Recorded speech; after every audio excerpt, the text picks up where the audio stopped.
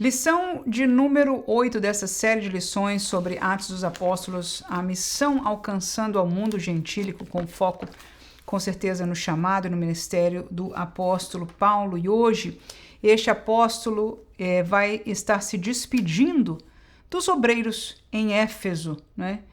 Na verdade, essa despedida foi em Éfeso, mas marcante para o apóstolo Paulo se despedindo dos obreiros gerais, né, da missão que ele conclui em toda a Ásia, em todo o mundo da época. Então este texto é muito precioso, capítulo 20 de Atos dos Apóstolos, e é sobre este assunto que nós vamos estudar hoje. Se você é novo por aqui, nós compartilhamos 2 vídeos sobre essa mesma lição. Um é o vídeo tradicional deste canal, baseado num roteiro diferenciado, né, de uma didática diferenciada, mas totalmente baseada na lição. E este vídeo aqui é a lição comentada, na qual eu vou ler com você o comentário da lição, e nós também compartilhamos um roteiro como esse com você, que você vai ver aqui na tela e tem como imprimir, está na descrição do vídeo, né, o link para este roteiro. Você pode ficar à vontade para baixar e imprimir gratuitamente, está disponibilizado para você. Vamos à nossa lição, a nossa revista, começando na página de número 56, o tópico primeiro. Eu costumo não tomar tempo, entendendo que você, como professor, já leu o texto da leitura bíblica em classe. É imprescindível que você o faça antes de nós começarmos este estudo. Se por acaso você veio a este vídeo e ainda não teve a oportunidade, faça uma pausa, por favor, leia o texto da leitura bíblica em classe, uma vez que é o texto que nos vai permitir entender o que está acontecendo aí. De preferência, se possível, com certeza, é importante nós lermos todo o contexto, né? Você veja que o pastor, ele salta alguns versículos, então aonde ele salta, você vai perceber no decorrer da lição que ele menciona textos nestes versículos, neste contexto dos que ele saltou na leitura bíblica, porque ele não pode, não é por questão da edição aqui, colocar um texto muito longo. No entanto, ele não deixa de explicar sobre tudo o que aconteceu ali. Você vai ver isso em várias lições, então eu aproveito a oportunidade para dizer que é uma excelente prática para nós professores conhecermos o contexto da lição. Tendo falado isso, nós vamos já, como de costume, começar no nosso primeiro tópico, aí na página 56, aqui do lado esquerdo, o ministério de Paulo como exemplo de fidelidade. O ministério vivido com coerência e entrega. Paulo apresenta seu ministério, vou ainda ampliar, na expectativa de que você, mesmo em uma tela grande ou pequena, possa ler conosco. Se não, com certeza a revista ajudará. Paulo apresenta seu ministério como um testemunho vivo de fidelidade ao Senhor. Ele recorda aos presbíteros de Éfeso que serviu com toda a humildade, lágrimas e provações, demonstrando que o verdadeiro ministério nasce do quebrantamento e da perseverança. Sua fidelidade manifesta-se no compromisso de anunciar todo o conselho de Deus, e estas palavras foram tiradas deste texto mesmo de Paulo.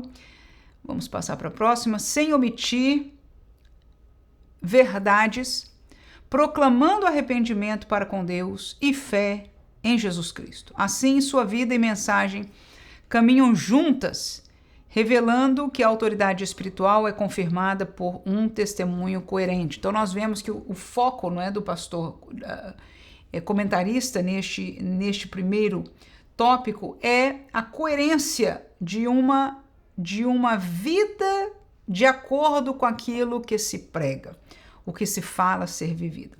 No entanto, quando eu li o texto base deste subtópico, que você leu comigo também, nós encontramos a palavra lágrimas, e deixa eu compartilhar já com você aí. Eu pergunto para você, essa seria a minha meditação, e o pastor menciona, né, no contexto aqui, a gente leu no versículo 19, na revista, quando a gente estava lendo, nós passamos por uma parte que disse: serviu com toda a humildade, lágrimas e provações. E é neste ponto que eu, como professora, gostaria de trazer o foco do estudo desse tópico aqui, né? Cada um destes tópicos eu vou ampliar de novo para fazer uma breve explicação. Dependendo do tipo de lição, nós temos tópicos que nós podemos focar em várias partes dele. E por causa disso, alguns às vezes, né, professores, focam em várias destas partes porque entendem ser importantes. E o que acontece é que nós não temos tempo de terminar a lição, às vezes não temos tempo de chegar à metade da lição.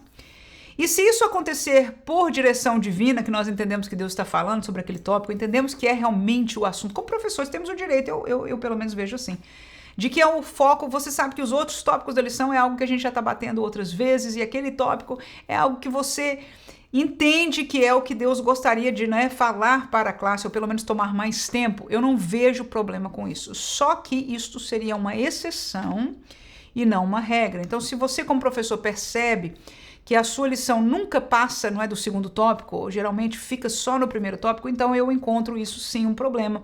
Acho que é um erro, né, didático como professor e que nós deveríamos então corrigir. Mas às vezes a gente fica, não é, sem a noção de exatamente como corrigir.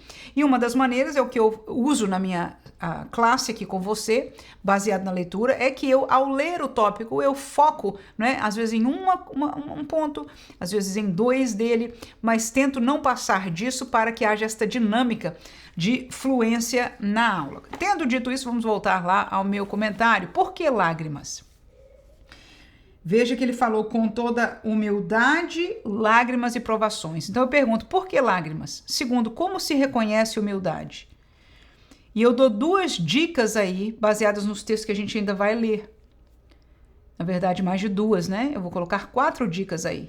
Honra a igreja do Deus vivo, e está em aspas essa palavra, a igreja do Deus vivo, porque é a maneira que o próprio Paulo se refere à igreja.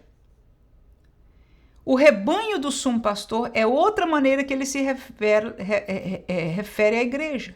A dependência de Deus e o quebrantamento que a gente pode ver e ouvir por suas palavras e entender. Então, deixa eu ver se eu consigo me expressar aqui com a minha explicação deste subtópico. A primeira coisa é que nós estamos baseando no versículo 19, ok?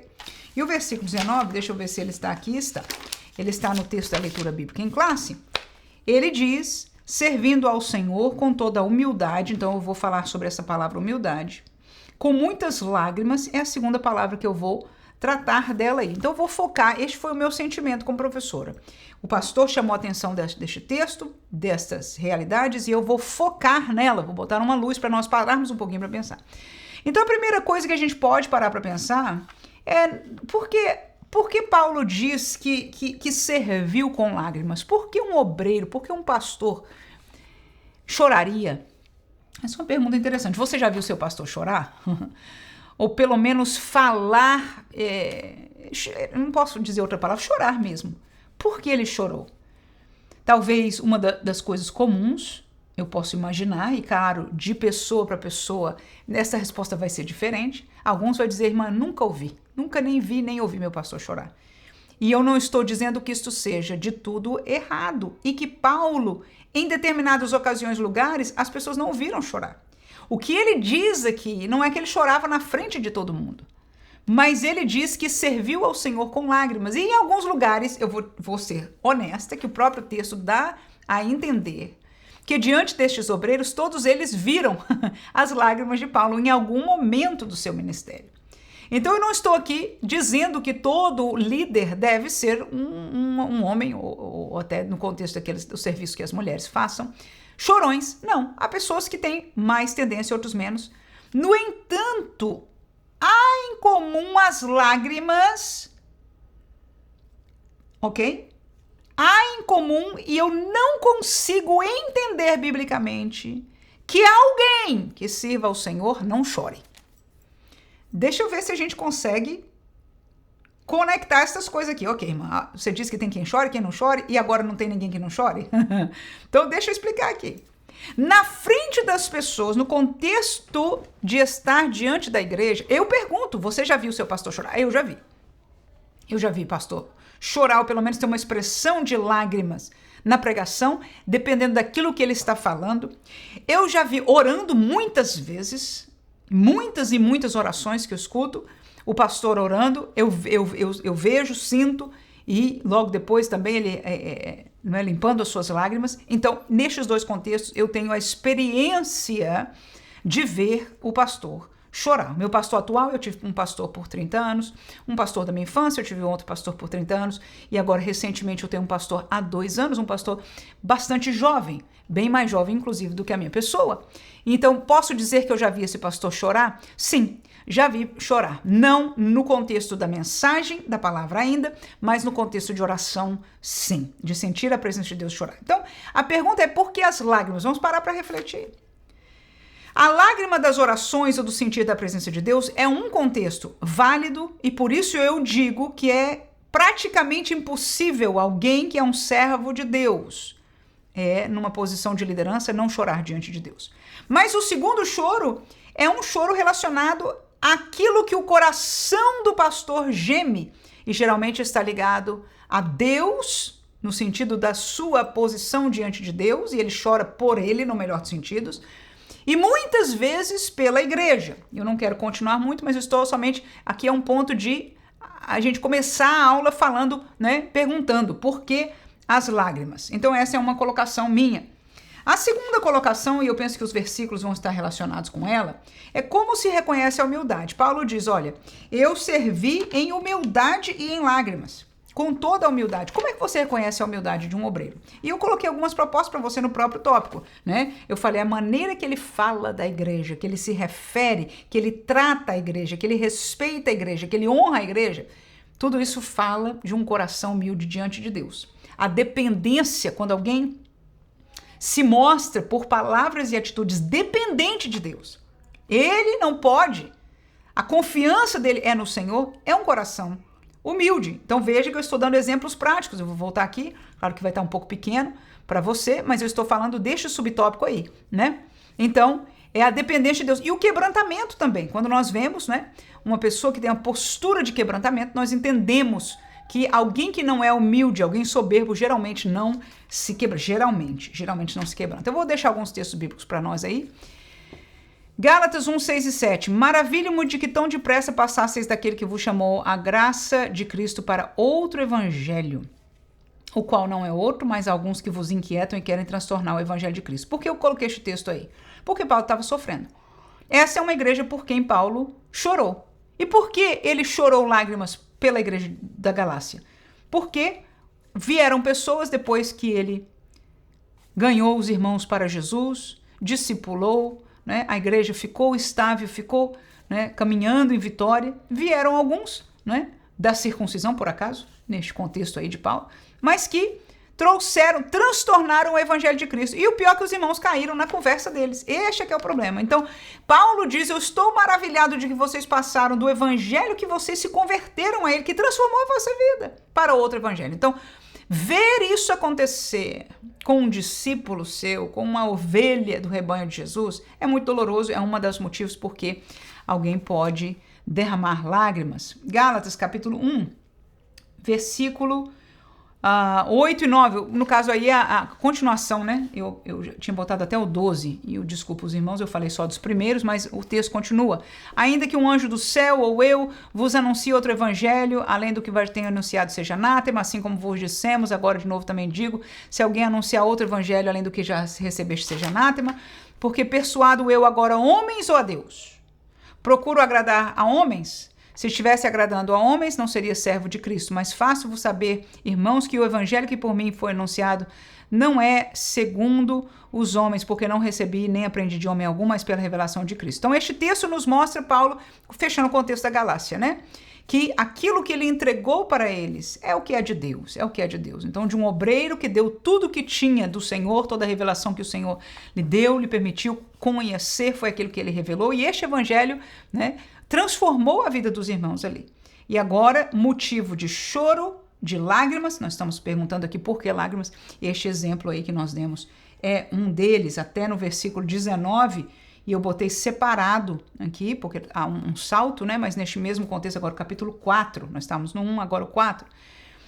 Mas o contexto da Galácia, ele diz, meus filhinhos, olha lá, por quem de novo sinto as dores de parto, ou seja, choro, a dor, até que Cristo seja formado em vós. Mais um texto aí de 2 Coríntios. Diz Paulo, além das coisas exteriores, e antes disso aí ele cita uma série de sofrimentos, como naufrágio, apanhar, preso, todo tipo de sofrimento, fome, ter passado fome, todo tipo de coisa. Mas Paulo termina este texto dizendo, além destas coisas exteriores, me oprime cada dia o cuidado de todas as igrejas. Então tá aí a razão porque um obreiro, um pastor como Paulo chorava, né? Ele pergunta, quem enfraquece que eu também não enfraqueça? Quem se escandaliza que eu não me abrase? Ou seja, o sentimento pela igreja, o cuidado da igreja, doutrinário, das necessidades, né, inclusive sociais, tudo isso faz o homem, o ministro, o servo de Deus sofrer e derramar lágrimas diante de Deus e algumas vezes, com certeza, visíveis diante da igreja. Segundo subtópico, a fidelidade apostólica. Vamos botar a lição aqui para você também. Está já na página 57. 57, segundo subtópico aqui na esquerda. A fidelidade apostólica como guarda da verdade. A fidelidade apostólica envolve zelo pela sã doutrina e vigilância contra o erro. Paulo sabia que apenas a verdade do evangelho seria capaz de confrontar falsas doutrinas e preservar a igreja. Por isso, líderes são chamados a ensinar com firmeza, mansidão e discernimento, retendo a fiel palavra, para exortar e convencer os contradizentes. A igreja permanece saudável quando se alimenta da palavra e desenvolve uma fé não fingida, sustentada por uma boa consciência. Então, nós lemos aqui o que o pastor vai dizer e o meu foco neste subtópico é o seguinte: a palavra é a fonte da fé, tanto da entrada na fé como da permanência na fé. E eu deixei um texto que o pastor nos deixou também, retendo firme a fiel palavra, que é conforme a doutrina, para que seja poderoso. Veja que é Paulo falando com um obreiro, Tito, este pastor chamado Tito. Então Paulo fala disso para ele e aqueles que também são obreiros junto a ele, retendo firme a fiel palavra, que é conforme a doutrina, para que seja poderoso, tanto para admoestar com a sua doutrina, como para convencer os contradizentes. Então veja que neste tópico o pastor está focando na palavra. E eu resumi aí com essa colocação. A palavra de Deus, ela é a fonte da fé, tanto da entrada na fé como da permanência na fé. O que isso quer dizer? Ninguém chega à fé sem o conhecimento da palavra. Você tem que ouvir sobre Jesus. Você tem que saber sobre Jesus para que você possa crer na obra expiatória de Jesus, que ele veio, que ele morreu, que ele é o Filho de Deus, né? E que ele ressuscitou dos mortos. Isso é a parte que nós temos que crer, né? A palavra diz aquele que crer e confessa com a sua boca. Então a entrada para a fé vem pelo ouvir e ouvir pela palavra de Deus. Então a entrada na fé, ela vem pela própria palavra de Deus. É por isso que o mandamento de Jesus foi ir por todo mundo e anunciar e pregar esta palavra, este evangelho, ok? Então a palavra, ela é a fonte da entrada na fé, mas ela também é a fonte da permanência na fé. Biblicamente, nós encontramos vários textos de pessoas que entraram no caminho da fé, mas se perderam, se desviaram, mas até apostataram do caminho da fé. E é a palavra, a fonte, né? E por causa disso, então, Paulo admoestando aqueles obreiros ali em Éfeso, ele diz, olha, tome cuidado, tenham a palavra como guia para as vossas vidas. Então, vamos seguir aqui o terceiro subtópico, ainda na mesma página, página 57, começa lá embaixo, depois vai para cima. Diz aí o 3, fidelidade diante do futuro e consciência irrepreensível. O apóstolo também revela pressentimentos acerca do futuro, afirmando que o Espírito lhe testificava prisões e tribulações em Jerusalém. Ainda assim, não recua, pois considera sua vida sem valor diante do chamado de completar a carreira e testemunhar o evangelho da graça. Sua consciência estava limpa, pois havia anunciado plenamente a vontade de Deus, tornando-se irrepreensível quanto à responsabilidade espiritual do rebanho. Esses exemplos nos ensinam que a fidelidade não elimina sofrimentos, mas produz segurança diante de Deus. A partir dessa convicção, Paulo passa a exortar os líderes a cuidarem vigilantemente da igreja. E tendo lido este tópico, o meu comentário em relação a ele é o seguinte, letra C aí, fidelidade diante do futuro. Haveremos de dar conta a Deus. Então, foco para mim aí quando nós somos chamados a olhar para a fidelidade diante do futuro. Paulo sabia que no seu futuro, eu não gostei muito da palavra que o pastor escolheu aqui, né? Chamou de pressentimento. Eu não usaria esta palavra. O Espírito Santo lhe fez entender, em verdade, até inclusive deste caso, havia uma palavra profética de Ágabo, mas é compreensível uma palavra, não é, que pode ser usada no sentido de um pressentimento espiritual. No entanto, eu não usaria essa palavra. No entanto, o que quer dizer aqui, o que quer dizer não está errado. A palavra talvez de escolha seria diferente, mas o que nós queremos dizer seria uma mesma coisa. Ou seja, é que Paulo sabia que o futuro dele traria tribulações. Mas qual é a consciência de Paulo? A consciência de Paulo é que ele não está enfrentando tribulações porque ele errou, porque ele pecou. Não, é parte. Inclusive, o Espírito lhe disse que parte do seu caminho haveria de passar por situações como essa. Então, quando nós falamos de uma consciência diante de Deus, nós sabemos que nós haveremos de dar conta a Deus. E por que não trazer isso até agora? Não é? Nós temos que dar conta a Deus do ministério, de alguém, da tarefa, da mina, né, do talento. São as duas parábolas que Jesus usa para falar disso, dos talentos que o Senhor nos dá. Então, para falar de consciência irrepreensível, mesmo em relação ao futuro, nós nos fiamos, não é, na prestação de contas a Deus. E eu penso que, diante de todos nós, diante de Deus, nós temos este sentimento em comum. Para os pastores, há admoestações bíblicas e palavras muito diretas sobre este assunto, né? Por que não já lermos a de Hebreus capítulo 13, 17 é uma delas. Deixa eu compartilhar aqui com você. Obedecei a vossos pastores e sujeitai-vos a eles, porque velam por vossa alma, como aqueles que hão de dar conta delas, para que o façam com alegria e não gemendo, porque isso não vos seria útil. Então essa admoestação não é ao pastor, é à igreja, né? Para ajudá-lo com aquilo que ele já tem sobre ele. Agora, o nosso foco do nosso estudo aqui é o que ele tem sobre ele. O que ele tem sobre ele? Ele tem a obrigação de cuidar do rebanho do Senhor Jesus, porque ele foi chamado, capacitado para esta obra, não é? Então, a palavra diz que ele vai dar conta, como quem dá conta de suas almas diante de Deus. E esta é uma realidade, não é? Com certeza, o pastor não pode salvar nem forçar a ninguém, mas aquilo que ele fez em relação a igreja, não é? Ele vai dar conta neste sentido diante de Deus. Vamos passar já para o nosso segundo tópico de estudo, as advertências, né? Vamos aqui, eu penso que nós mudamos de página, sim, para a página 58, no nosso lado esquerdo. O tópico é as advertências aos presbíteros contra os falsos mestres. O primeiro subtópico diz o Espírito Santo como originador do ministério pastoral. Paulo afirma que os líderes da igreja foram constituídos pelo próprio Espírito Santo como bispos, isto é, supervisores do rebanho.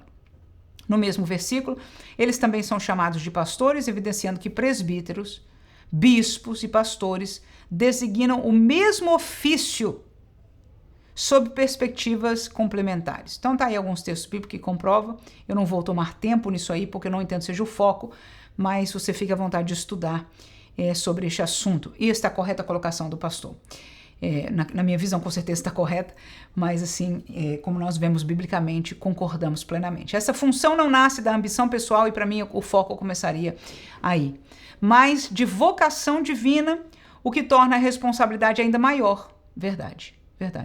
Pois o rebanho pertence a Deus e foi adquirido com o sangue de Cristo. Todas essas palavras aí, Paulo falou elas mesmas, né? Por isso, antes de cuidar dos outros, o líder deve zelar por sua própria vida espiritual e o seu testemunho. Então vamos ver o nosso comentário aqui. O nosso comentário diz, deixa eu aumentar, o Espírito Santo como originador, o chamado vem de Deus. E aí podemos, por que não, neste tópico, nos perguntar como é que Paulo foi chamado, já que nós estamos falando dele, não é? O ministério pastoral vem de Deus. E a pergunta é, como é que Paulo foi chamado? Você se lembra? Aí é uma pergunta que talvez os irmãos, né, podem lembrar. Ele foi chamado, enfim, teve aquele encontro com Jesus, né? Jesus se manifestou a ele, se apresentou a ele, mas depois ele fala com Ananias e Ananias traz mais claro para ele, e a partir dali ali ele recebe, não é, o Espírito Santo, e ele, a partir dali, começa a ser guiado e ensinado pelo Espírito. Mas o chamado de Paulo acontece neste contexto ali em Damasco, e esta foi a maneira que o próprio Jesus falou a Paulo e chamou. E a segunda colocação para nós aí é a vocação ministerial que é dada por Jesus. E para isso eu lembro para você, o texto de Efésios 4:11. E ele mesmo, que é Jesus, deu uns para apóstolos e outros para profetas e outros para evangelistas e outros para pastores e doutores. Então essa lista de 4 e 11 são as vocações ministeriais. Você se lembra que em Atos 6, a palavra nos explica que houve uma situação na igreja que o Espírito Santo indicou que a solução é que haveriam obreiros que seriam líderes sobre as coisas materiais da igreja, no caso são os diáconos, e outros ficariam no ministério da oração e da palavra. Ora, este ministério da palavra, então, é a separação das duas formas de ministério que existem na igreja, né? E nós entendemos que o ministério da palavra tem diferentes vocações, né? E estas vocações que Jesus quem dá estão trazidas para nós. Todos são, vamos dizer, ministros do evangelho, né? E quando nós que convivemos com a organização da Assembleia de Deus Americana, por exemplo, não tem esta mesma colocação da brasileira, não é? De evangelista para pastor. Então, tanto o evangelista como o pastor, ele é ministro do evangelho. Então, a maneira que eles fazem este processo que eles também fazem, como nós fazemos, né? Este crescimento, essa ordem, eles também fazem, mas eles usam um nome diferente. Agora, uma vez você sendo ministro do evangelho, então você pode ter a vocação de evangelista, eles também têm missionários, né? Que não é necessariamente por vocação, mas pela atuação, e também os pastores e assim por diante.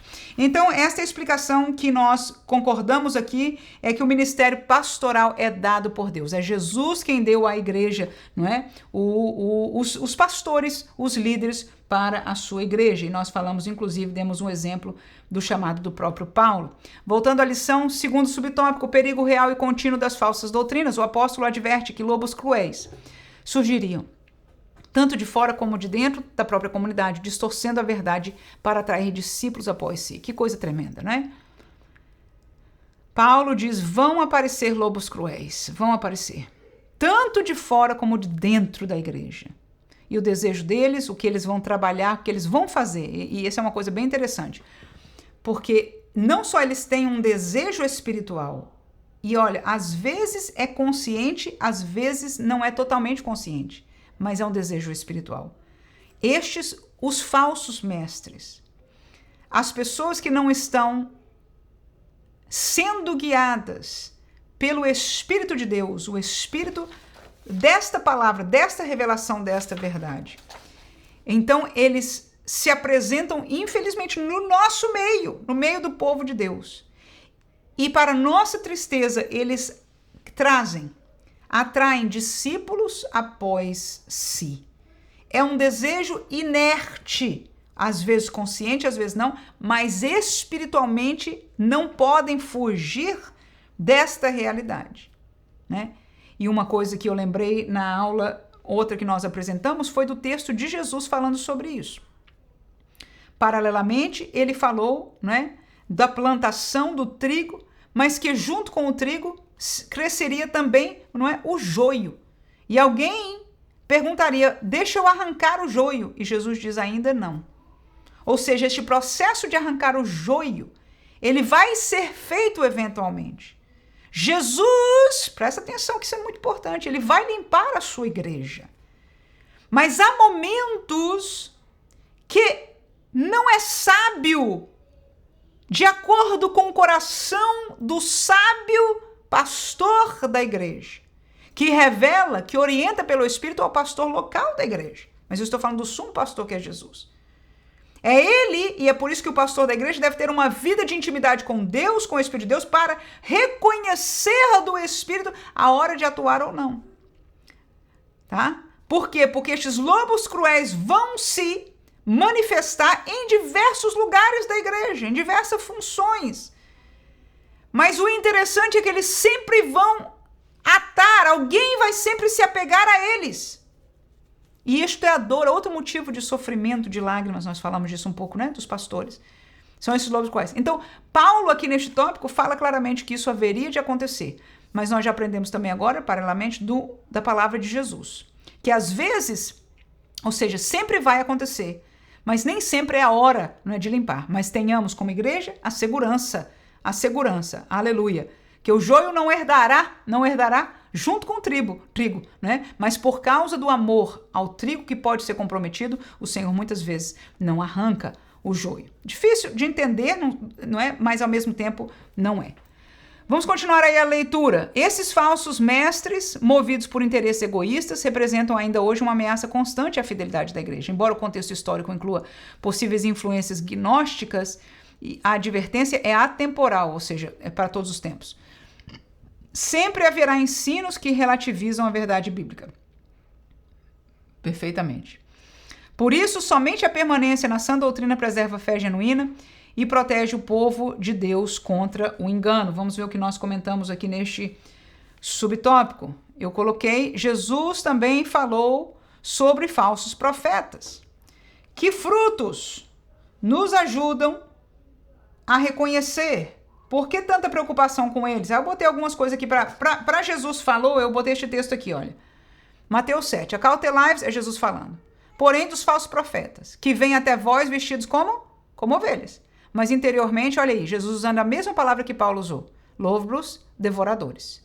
Porque pelos seus frutos os conhecereis. Porventura, colhem-se uvas dos espinheiros ou os figos do abrolho? Vamos voltar lá para o tópico. Primeiro, veja que nós estamos estudando sobre o perigo real das falsas doutrinas. Aí eu estou lembrando a você que não só Paulo falou, mas o próprio Jesus já tinha avisado sobre isso. Mas no texto de Jesus, que a gente acabou de ler, Jesus fala que a gente reconheceria eles pelos frutos. Aí eu pergunto agora para você, que frutos nos vão ajudar a reconhecer? E por que a gente tem que se preocupar tanto com os falsos? Se, por exemplo, vamos até deixar aqui essa perguntinha junto com a outra. Se, por exemplo, Jesus diz que é mistério que eles estejam junto com a gente, que no fim vai dar tudo certo, fazendo uma colocação, né? Não é assim, mas vamos colocar assim, para perguntar, então por que tanto problema? Vamos olhar para a Bíblia.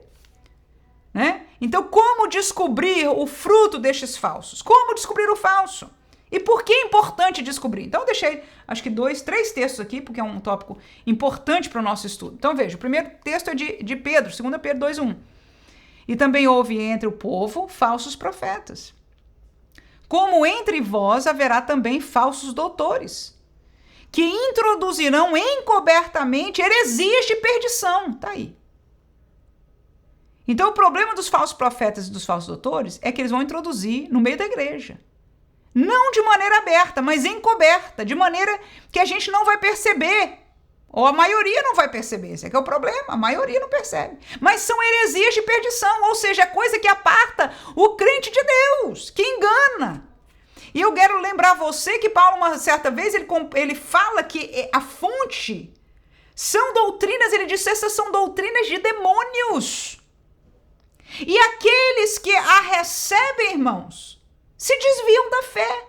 Né? Nós não temos oportunidade aqui para colocar vários textos, não é um estudo profundo sobre isso. Mas eu quero te lembrar dessas palavras. Que negarão o Senhor que resgatou, trazendo sobre si mesmo repentina destruição. Vamos ver outro texto aqui de Pedro, 2 Pedro, agora 2 e 3. E muitos seguirão as suas dissoluções, pelos quais será blasfemado o caminho da verdade. Então tá aí, por que se preocupar com eles? Porque eles não só atraem pessoas e muita gente vai seguir a dissolução. Tá vendo aí? Será que você está enxergando isso aí comigo? Por que se preocupar? Então o que Paulo disse é verdade. Pedro aí está concordando no espírito. É que muita gente vai seguir. E essa é uma dor que nós, como professor de escola dominical, a gente ensina ano após ano, ano após ano, ano após ano. Ensina a palavra. Aí um adolescente nosso, um jovem nosso, um irmão, uma irmã, chega para você feliz da vida no fim. Ai, que eu ouvi o pregador tal, o profeta tal, no fim de semana e tal. E Deus falou, e quando você vê o fruto daquilo ali, irmão, fruto de perdição, heresia. Heresia. É doloroso, irmãos. Então é por isso que nós precisamos cuidar. É por isso que nós precisamos, né, ensinar sem parar com autoridade espiritual e levar o povo à proteção espiritual. Como, irmã? Ser batizado no Espírito Santo. Precisa. Para entender, para discernir, para viver, para atuar com autoridade contra toda esta maligna casta que vai usar inclusive pessoas dentro da igreja. Nós precisamos deste revestimento de poder, mas os irmãos também precisam. Glória seja dada ao nome de Jesus. Então oramos por eles, ensinamos a verdade, mas eles têm que ser batizados no Espírito Santo. E aqui, presta atenção, porque a gente diz, eles têm que ler mais a palavra, amar mais a palavra. Mas eu quero dizer para você que este processo que Deus propôs para a igreja, porque quem inventou, quem criou, quem desejou, foi Deus Pai. Ele deu a promessa e o Filho disse, capítulo 24, 49, eu vou enviar para vocês a promessa do meu Pai. E ele enviou em Atos capítulo 2. E é este poder que nos dá o desejo, que nos dá força espiritual. E olha que tem crente como nós, eu e você, que somos batizados no Espírito Santo, e às vezes ainda fraquejamos nisso. Mas nós reconhecemos a diferença de fervor. Quando a palavra ressoa, quando a gente vai secando e você ouve a palavra viva, você ouve uma pregação, e você sente este borbulhar de dentro, este fogo, esta fonte viva. Você e eu entendemos exatamente o que significa. Eu quero dizer, todos os crentes precisam disso, é por isso que foi projeto do Pai, junto deste processo da salvação. Se você ler o texto de 24, no finalzinho ali, Jesus explicando, desde a palavra que ele fala, que os discípulos compreenderam as Escrituras até o final daquele capítulo, você vai entender plenamente o projeto do Pai em Cristo Jesus. E veja que o projeto não terminou na ressurreição, mas terminou com o Espírito Santo descendo e capacitando a igreja para a missão de ganhar o mundo, de evangelizar todo o mundo para Cristo Jesus. Aleluia! Para Ele, para a sua salvação. Por avareza falar um negócio e etc, etc. Vamos ao outro texto e último. 2 Timóteo 4, 3 e 4. Porque virá tempo em que não sofrerão a sã doutrina, mas tendo comichão nos ouvidos, amontoarão para si doutores conforme as suas próprias concupiscências e desviarão os ouvidos da verdade. Olha aí, voltando a fábulas. Essa é a realidade da igreja de hoje. Chegou o tempo que ninguém mais quer sofrer doutrina. Falou em doutrina, que é isso? Isso é coisa do passado. Falou em doutrina, falou em aprender a realidade doutrinária bíblica. As bases de fé, da nossa fé baseada na Bíblia. Não, isso é coisa dos legalistas. Não, irmão, isso é coisa de crente. E a palavra de Deus dada por Paulo aí diz claramente, vai chegar o tempo que as pessoas não vão querer. Presta atenção, em muitas igrejas, eu quero falar isso agora, vou até pegar aqui, muitas igrejas pentecostais das nossas igrejas, nós não temos mais amor pela doutrina. Agora eu quero dizer uma coisa. Quem dá amor pela doutrina de Deus é o Espírito de Deus. O Espírito de Deus não atua fora da dimensão da doutrina da revelação da palavra de Deus. Eu já quero dizer isso para você. De cara. Então, se a operação é do Espírito, mas eles não querem mais a doutrina. Então, o que eles vão fazer? Vão levantar para si os seus doutores, os seus profetas, os seus líderes, e que vão levá-los conforme a sua própria concupiscência. Esse é o que é o texto, eu estou aqui olhando para o texto, né? E qual é o fruto disso? É que eles vão desviar os ouvidos deles da verdade e voltar a fábulas. Então nós temos muitas vezes no meio de muitas igrejas pentecostais, pessoas crendo em fábulas, com o nome de declare, com o nome do que quer que seja. Mentiras espirituais, mentiras, fábulas, conto de carochinha. Isso não existe. E claro, para falar propriamente sobre cada uma dessas coisas seria um estudo particular. Não é o caso aqui. O que eu quero falar aqui é que Paulo disse, olha, vai levantar no meio de vocês. Então, os pastores são chamados a observar essa realidade e entender o porquê é importante. Por que é importante você dar a sua vida, se expor para defender a igreja contra isso? Porque se você deixar, os crentes vão desviar os ouvidos da verdade. E a verdade é que este texto aí hoje é uma realidade entre nós. O próprio povo. Há tantos obreiros que estão dando que o povo agora tem a opção de ir para igrejas, de ouvir doutores que falam conforme os seus próprios desejos, falam o que eles querem ouvir, né? Mas qual o problema disso? É que eles desviarão os seus ouvidos da verdade. Só a verdade é que salva. Amém? Vamos voltar à nossa lição. Nós lemos o segundo subtópico, agora o terceiro, vigilância espiritual. Começa aqui embaixo na 58 e depois, deixa eu observar, sobe lá em cima. Vamos ver aqui. 58 embaixo. Vigilância espiritual como dever permanente do pastor. Diante desses perigos, Paulo exorta os presbíteros à vigilância constante, lembrando-lhes que por 3 anos advertiu a igreja com lágrimas. Vigiar implica cuidar, alimentar, proteger o rebanho com amor e fidelidade, seguindo o exemplo do bom, com certeza é o bom pastor, o bom pastor. Essa exortação também se aplica à igreja hoje. Líderes e membros são chamados a permanecer atentos, firmes na palavra e sensíveis à voz do Espírito. Com essa advertência solene, Paulo prepara os presbíteros para compreenderem que o cuidado pastoral exige dependência da graça divina. E o que nós colocamos sobre vigilância espiritual é uma pergunta só. A vigilância espiritual como dever permanente do pastor.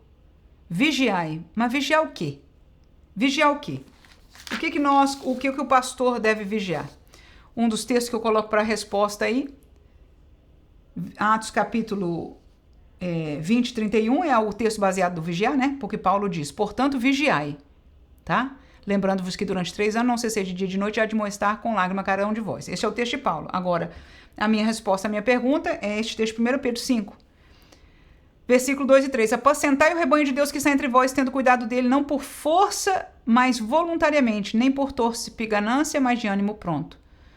Nem como tendo domínio sobre a herança de Deus, mas servindo de exemplo ao rebanho. Então, uma das coisas que o pastor tem que vigiar é a postura dele em relação ao rebanho. Olha lá. Apacentar o rebanho de Deus, tendo cuidado dele. Apacentar é cuidar. É cuidar, é tratar do dia a dia, da comida, é dar carinho, no melhor sentido. Aí é um extremo de um pastorzinho muito amoroso. Mas, enfim, dá no contexto, né? Quem lê, quem convive com a realidade dos animais, né? Mas levar às águas, levar ao pasto, né? Cuidar das feridas, limpar, etc. Como diz aí, tendo cuidado dele não por força, mas voluntariamente, não por ganância. Então, não para ganhar alguma coisa, mas de coração. Não fazendo, né, por força. Então, todo este cuidado, eu só estou trazendo aqui um exemplo de onde os obreiros, os líderes devem vigiar. Não como tendo, olha o segundo versículo, como tendo domínio sobre a herança de Deus. Que vigilância é essa? Nós não podemos ter domínio sobre os irmãos a quem nós ministramos, tomando cuidado. Isso que é vigiar. Tome cuidado de que as suas palavras, né? Claro que quando nós lidamos com o ministério pastoral, há um nível de autoridade para o pastor. Quando nós falamos sobre obreiros, né, que participam, mas não são o pastor, há outro nível. Um professor de escola dominical, outro. Uma irmã, dirigente de discípulo, outro nível. No entanto, a todos nós vem exortação. De maneira nenhuma nos cuidar, vigiar para não ter domínio sobre a herança de Deus, mas servindo de exemplo. Aqui com certeza a palavra é ao rebanho. Vamos ao nosso terceiro tópico agora, não é isso? Terceiro tópico, e já estamos na página 59. O cuidado pastoral de Paulo com os líderes da igreja.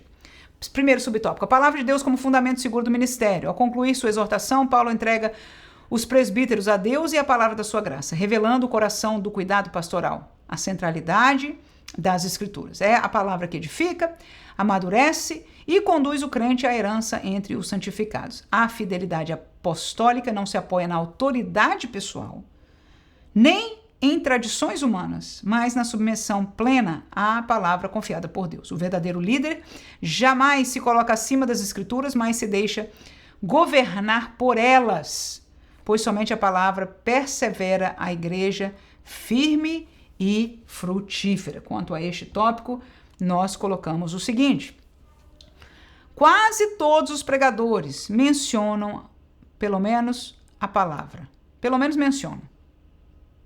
Abre a Bíblia, lê um versículo, ou fala um texto bíblico, ou diz onde está se baseando na Bíblia. A minha pergunta agora é: como descobrir que que a Bíblia, a palavra, não está sendo base do ensino? Ok? Todo mundo diz que está ensinando a palavra. Eu tô para ver alguém, olha, todo tipo de falsa doutrina.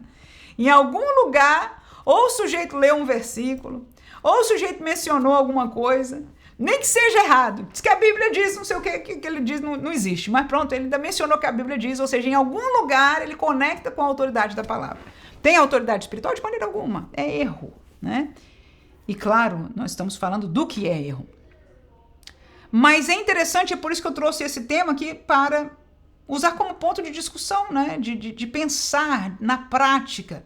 Este assunto que nós estamos vendo é uma palavra para os pastores, mas é uma palavra que, ao ver isto, eu tenho algumas perguntas para nós que somos crentes, né?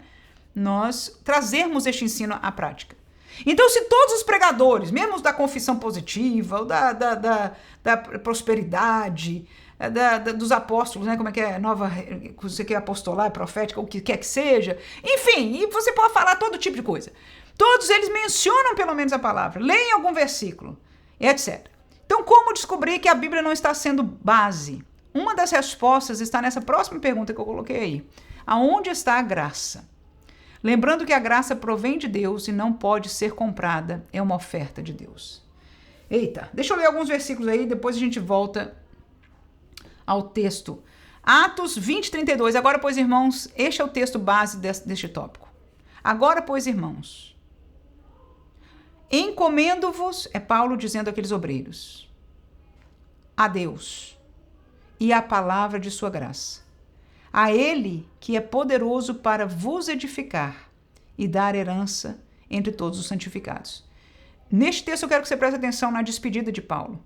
Ele, a partir de agora, até o versículo seguinte, fala mais claramente sobre isso. Ele não pode fazer mais nada por eles. Ele sabe que ele vai ser preso, que ele não vai estar mais no contexto. Então é a hora que o pai cresceu o filho, fez 18 anos, ficou maior de idade, e ele dá liberdade. É a hora dele sair de casa. É a hora dele ir à universidade, é a hora que ele vai se casar, sei lá, sendo quando for esse período da liberdade, que ele pode tomar as decisões legalmente, né? E você sabe que você não pode estar com ele aonde ele vai estar. Então o coração do pai, o coração do obreiro que eu encomendo a Deus e a palavra da sua graça. Eu mencionei como resposta aqui, e vamos ver se eu tenho sabedoria de trazer esta resposta. Baseada neste texto de João 1,17, diz: porque a lei foi dada por Moisés, a graça e a verdade vieram por Cristo. Romanos 3 é o último texto que nós vamos ler deste subtópico. Sendo justificados gratuitamente pela sua graça, pela redenção que há em Cristo Jesus. Gratuitamente pela graça. Gratuitamente pela graça. Voltei aqui para nós olharmos com isso aqui. Nós estamos perguntando, nos questionando neste subtópico, como é que eu vou descobrir que alguém está pregando, parece estar pregando a palavra, mas a palavra não é base do seu ensino? Há algumas maneiras. Mas como Paulo diz, eu entrego vocês a Deus e a graça, eu vou usar a graça como uma das respostas, ok? Eu vou usar a graça como uma das respostas. Paulo disse, eu entrego vocês agora, obreiros, encomendo-vos a Deus e a palavra da sua graça. E a resposta é que um pregador que não está pregando a verdade de Deus, ele não consegue esboçar a graça de Deus. Eu quero, com isso, tomar duas palavras que eu escrevi aí. Que a graça, ela provém de Deus. O que eu quero dizer com isso? Tudo que a graça faz, tudo que a graça é, que ela oferece, vem de Deus. Então, se um pregador, se uma mensagem traz uma solução para você, que quem tem que fazer, que o poder em conseguir esta vitória está no que você diz, no que você pensa, no que você faz, esse não conhece a graça de Deus. Aleluia! Glória! Aleluia! Quando nós conhecemos e reconhecemos a graça de Deus, por mais que sejam coisas que nós tenhamos que permanecer e fazer, a palavra de Deus nunca nos vai tirar da ligação de que o poder para fazer, para operar, o querer e o operar vem dele em nós. Agora nós nos rendemos a ele. Então, desde a graça salvífica para a graça que nos ajuda a permanecer na fé, toda a graça vem de Deus. Então está aí uma dica. Há muitas pregações hoje que dizem, olha, tal, isso aqui, você não é vitorioso e tal, e porque Deus diz isso, que a palavra diz aquilo que você tem que dizer para você mesmo. Está aí. Este pregador está dizendo que a tua vitória é dependente daquilo que a tua boquinha fala. É mentira! Não está na Bíblia. Eu digo que é mentira, não porque eu esteja chamando o irmão ou a irmã de mentiroso. Mas eu contesto aonde está na palavra de Deus isto. A nossa vitória não depende do que a gente diz. A nossa vitória depende da graça de Deus. Aleluia, da provisão de Deus. Tudo vem de Deus. Tudo vem de Deus. Ok? E outros, o que você faz, já dei exemplos aqui, eu não quero me tardar neste sentido, mas você já entendeu o que eu estou dizendo. Então, olhe, se a ligação está no que vem de Deus, e que você só acessa se você acessar a Deus, se você se submeter a Deus, se você amar a Deus, se você se render a Deus, se você estiver no caminho de Deus, presta atenção que este é o foco da graça. Este é o foco da palavra. Então, para descobrir se um pregador, uma pregação, um caminho, um ministério usa a Bíblia, porque todo mundo usa a Bíblia. Todo mundo usa a Bíblia. Mas se ele é verdadeiramente bíblico, a graça vai estar presente neste tocante. Mas na segunda coisa, olha a palavra-chave que eu coloquei aí para você. Ela não pode ser comprada. É uma oferta de Deus. Então, se a operação da bênção de Deus na sua vida está vinculada a qualquer coisa que custe a você, qualquer coisa, dinheiro, tempo, o que for, não deve custar nada, porque se custar não é graça. Biblicamente, o que é graça é de graça. Será que você entende isso? E eu não estou desfazendo de dízimo e oferta na casa de Deus, mas eu estou dizendo que há muitos pregadores que vinculam, e muitos de nós, até o pregador não fazendo diretamente, nós dizemos, será que se eu fizer, se eu der, a maioria deles fala verbalmente. Mas mesmo que não faça, elimine esta mensagem do seu coração, porque se é graça, vem de Deus e vem de graça. Agora, nós não queremos ter fé, alimentar fé, ler a palavra para ter fé, orar e esperar com fé, andar pela... Nós não queremos isso, é mais fácil eu pagar e dizer, eu tenho direito à bênção porque eu estou dando e o Senhor vai me dar, e declarar e fazer o que quer que o falso profeta mande você fazer. O que adianta? O que adianta? O enganador pode até permitir você ser enganado com alguma coisa, aparece, mas depois desaparece. E muitos se frustram porque nem aparece, Deus não permite, para que nós reconheçamos o engano. Então, por favor, para reconhecer, lembre-se da graça. É uma mensagem profunda aí, não é? Mas, enfim, eu penso que própria, que o Senhor use a você, professor, a falar. O nosso tempo já está se esgotando aqui, nós temos que correr. O exemplo de desprendimento e serviço cristão é no segundo subtópico aí na página 59. Deixa eu aumentar ainda aqui. Paulo reforça sua integridade ao declarar que não cobiçou riquezas nem buscou ganhos pessoais, pelo contrário, trabalhou com suas próprias mãos para suprir suas necessidades e ajudar os que estavam com ele. Esse testemunho confronta diretamente a postura de falsos obreiros movidos pela ganância e o desejo de lucro, ao citar as palavras do Senhor Jesus, mas bem-aventurada, vamos aumentar aqui em cima para nós todos, coisa é dar do que receber. Paulo ensina que o ministério autêntico é marcado pelo serviço sacrificial e pelo cuidado com os fracos e não pela exploração do rebanho. Claro que isso é um fator que todos nós até temos determinada amargura em relação àquilo que nós vemos, mas por incrível que pareça, alguns de nós estamos dispostos, mais dispostos, é o que eu falei no texto passado. É fácil acusar. Difícil é a gente olhar para onde está a nossa parte do assunto.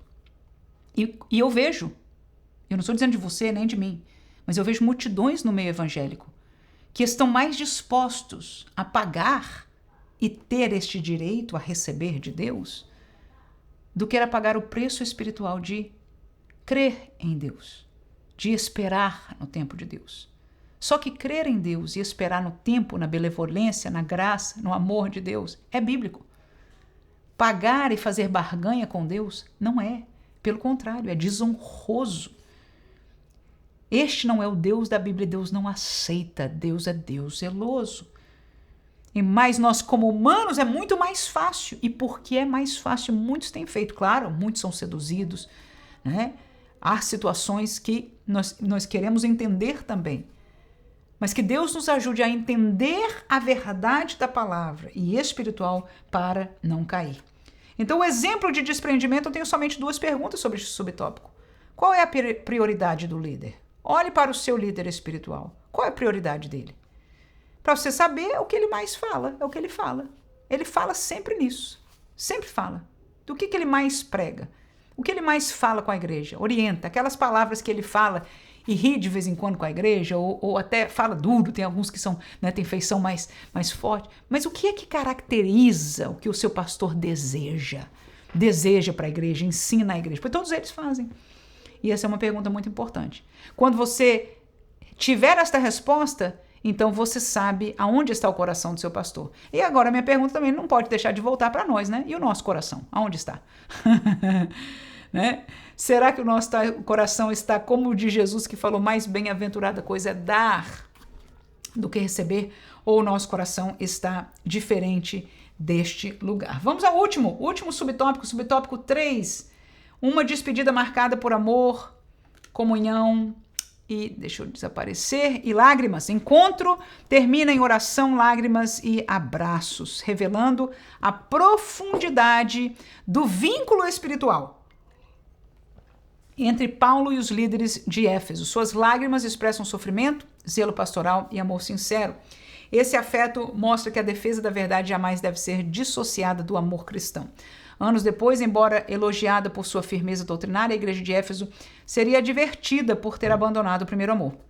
O cuidado pastoral, portanto, exige equilíbrio entre verdade e amor. A igreja permanece viva quando guarda essa doutrina, sem perder a chama da comunhão, da oração e da devoção sincera em Cristo. Então vamos ver aqui o que nós colocamos no nosso roteiro como pergunta, e é uma pergunta simples que nós terminamos a aula de hoje. Por que amavam tanto a Paulo? O texto bíblico é muito interessante, porque diz que eles oraram, eles choraram, e eles começaram a abraçar e a beijar a Paulo. Aqueles homens, irmão, aqueles homens começaram a abraçar, chorar e beijar a Paulo. Por quê?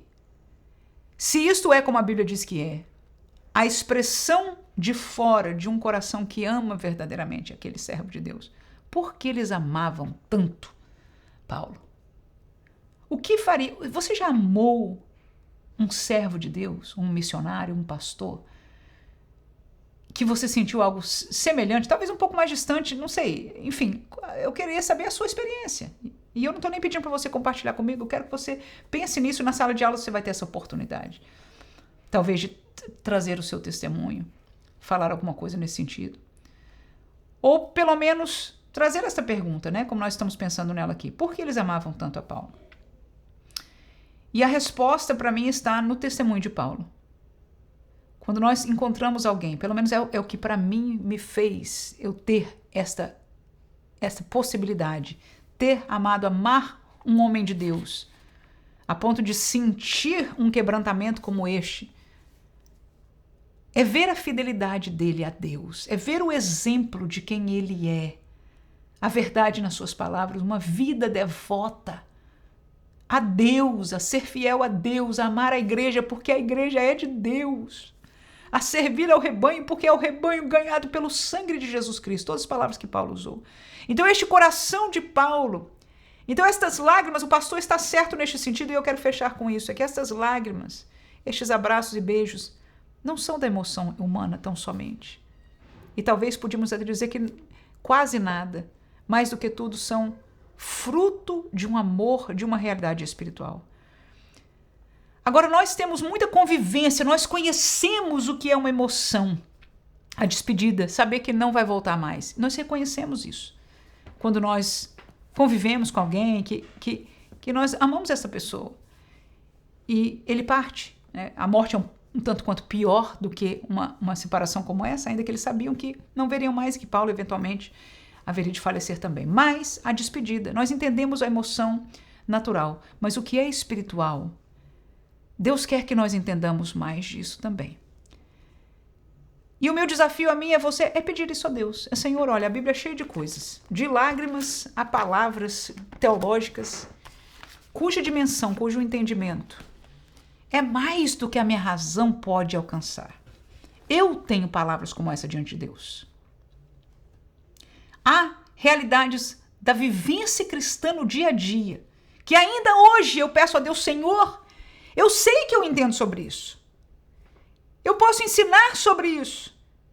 Mas eu quero entender mais, mas esse entendimento que eu estou pedindo não é um entendimento lógico. Eu quero sentir, eu quero viver, eu quero entender espiritualmente. E eu não sei se você entende o que eu estou pedindo. Aleluia! E é por isso que eu digo mais uma vez, vamos buscar a porta espiritual que Deus deu. E a porta foi o batismo no Espírito Santo. Claro, eu já estou falando de crente, eu já estou falando de quem já tem o Espírito Santo vivendo dentro dele. Claro, eu estou começando deste princípio. Eu sei que todos temos o Espírito Santo dentro de nós se nascemos de novo. Mas eu estou dizendo que Deus preparou mais profundo, mais para esta igreja, cuja missão é tão grandiosa. Paulo começou, Atos dos Apóstolos, o texto termina, abrindo a gente vai ler e vai estudar sobre isso. Para aquilo que nós, como igreja, continuamos a fazer, nós precisamos do revestimento. Do mesmo jeito que Jesus disse, não vá até que receba, que nós possamos, em nome de Jesus, buscar receber, aleluia, para ir também fazer, amém? Que Deus nos ajude, como igreja do Senhor Jesus, a cumprir o querer de Jesus até o tempo de hoje, sabendo que o tempo está acabando para a igreja estar aqui na terra, porque breve ele virá buscar a sua noiva. Que Deus abençoe você. Espero que, se ele não voltar, estejamos juntos semana que vem, se Deus quiser. Paz, Senhor.